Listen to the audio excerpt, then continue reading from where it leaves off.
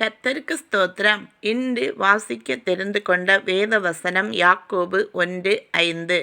உங்களில் ஒருவன் ஞானத்தில் குறைவுள்ளவனாக இருந்தால் யாவருக்கும் சம்பூரணமாக கொடுக்கிறவரும் ஒருவரையும் கடிந்து கொள்ளாதவருமாகிய தேவனிடத்தில் கேட்க கடவன், அப்பொழுது அவனுக்கு கொடுக்கப்படும். கர்த்தர் ஞானத்தை தருவார். ஞானத்தில் குறைவுள்ளவனாக இருந்தால் ஏசப்பாவிடம் கேட்க வேண்டும். கேட்கும்போது அவர் ஞானத்தை தருவார். உங்களுடைய பிள்ளைகள் ஞானத்தில் குறைவுள்ளவர்களாக இருந்தால் ஜீசஸிடம் பிள்ளைகளை ஒப்பு கொடுத்து கேட்க வேண்டும். கேட்கும்போது சம்பூரணமாக கொடுப்பார்.